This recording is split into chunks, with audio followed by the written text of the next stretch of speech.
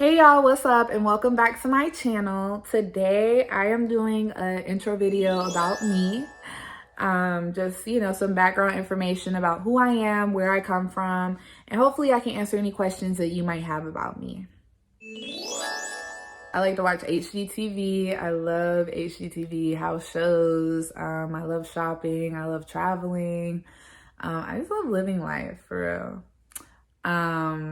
Yeah. So just a little bit about me. I am from Asheville, North Carolina. I was born in Greensboro, but I claim Asheville because I was only in Greensboro for 8 months of my life. So I don't really count that. I didn't really get to do anything other than just be a baby. So all the way up into high school, I lived in Asheville. I loved it here. It's a great city. It's a beautiful city to live in. And I'm glad that I was able to have a great upbringing here. I'm very grateful for that.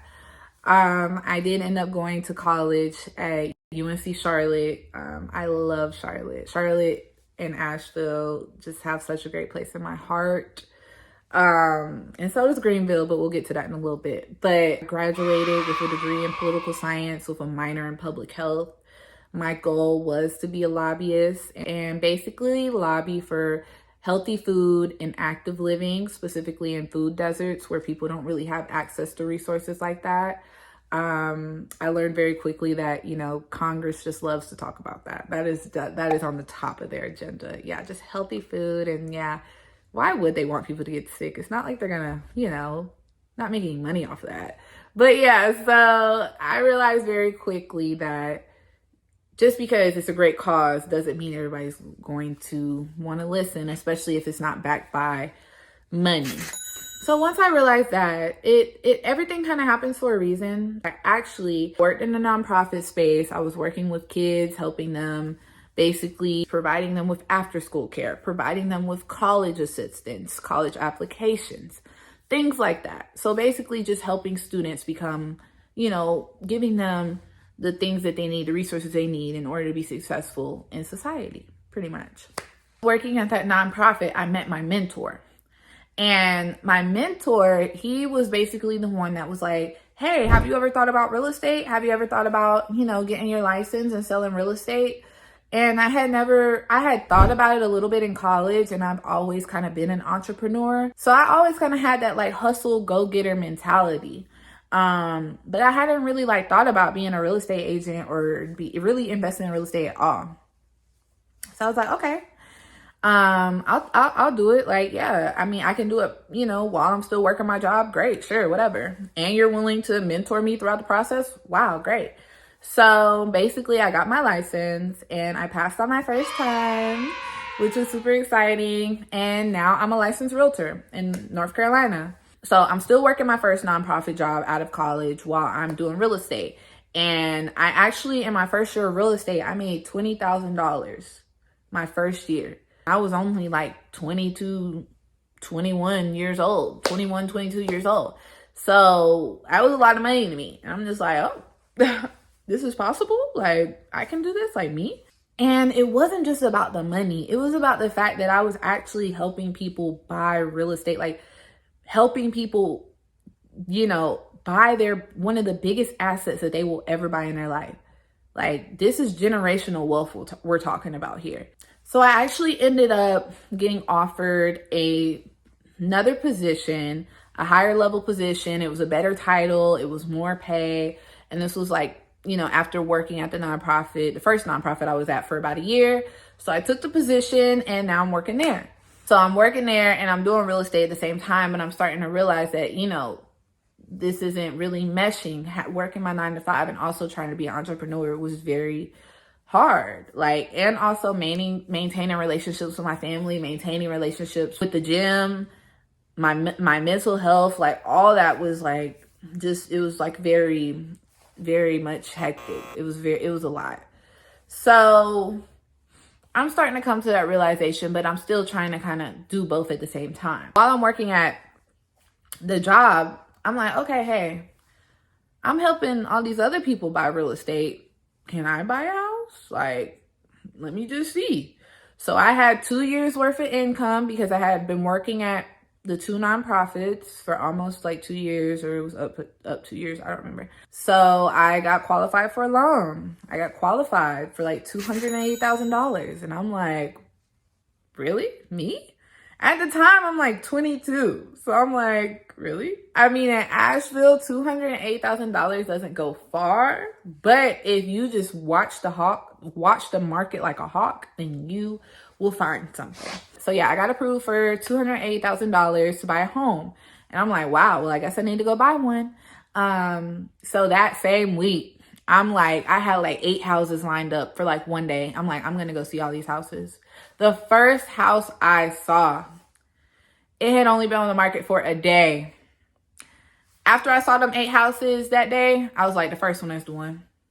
This is the one. This is the one. It was really close to downtown Asheville, 3-bedroom, 2-bath. It's on about 1/4 of an acre, a little less than 1/4. Very quiet, private road. It's close to everything. It's only $240,000. Like, let's get this today. So that house was only on the market for a day. I put in my offer. I represented myself as my own real estate agent. And I closed on a house at 22 years old. And I'm just like, what? Y'all just let me buy a house? What? And mind you, I was living with my grandmother. I was living with my grandma. Up until that time, I was living with my grandmother. After I had graduated college, went back to my grandma's house and was there, living there, stacking bread and saving money and working. And that's why I'm even more passionate about helping people buy real estate, invest in real estate, sell real estate, because it's such an empowering feeling when you are able to do something like that. So I got my house and now I'm working. I'm still trying to juggle real estate and a 9-to-5. Unfortunately, my grandmother did get sick. She got COVID and she did pass away. She did pass away. And the job that I was working at, they were not understanding at all. Like, they basically fired me on the day that she died. I said, hey, like, I had a death in the family. This was going on. They did not care. They did not care. They did not care. I said, okay. I said, all right. Mind you, I had already had my house on Airbnb. I had started putting my house on Airbnb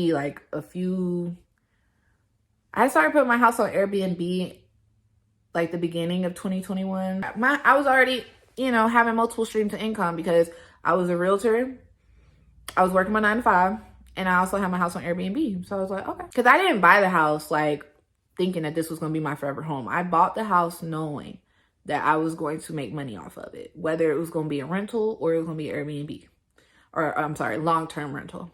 I was going to make money off of it regardless. So, those first couple months after that were a little stressful, but, I just, and my, like, literally dealing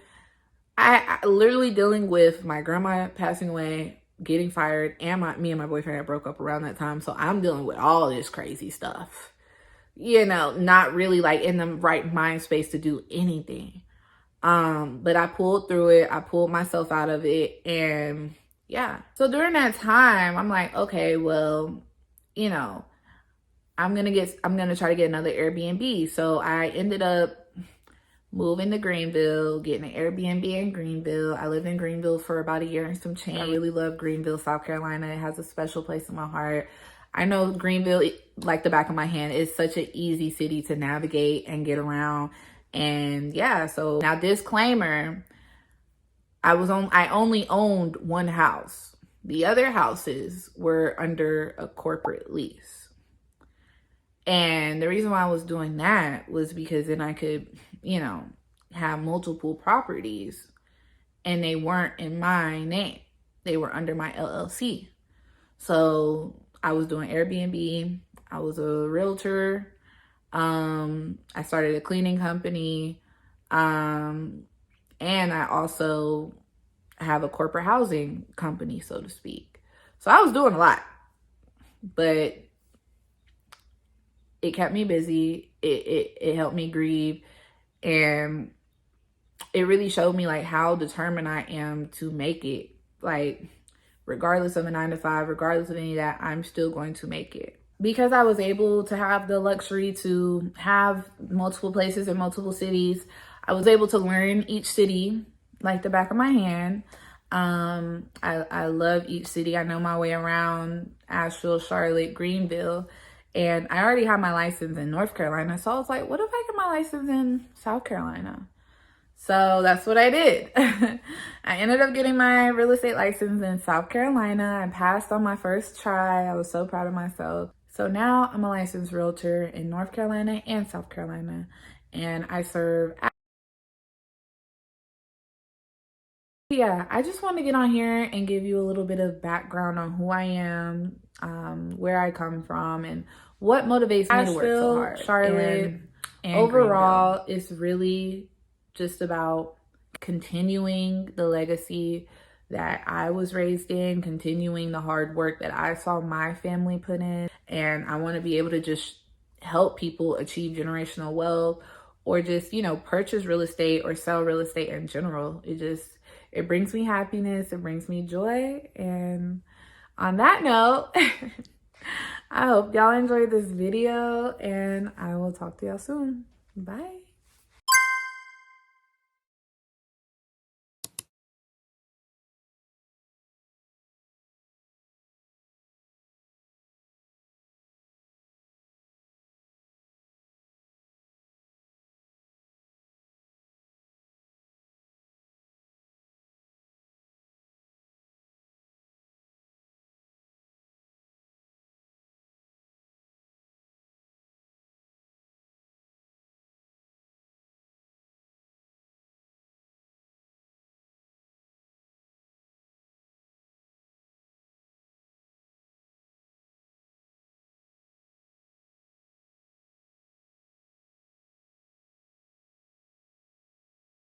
Asheville, Charlotte, and Greenville.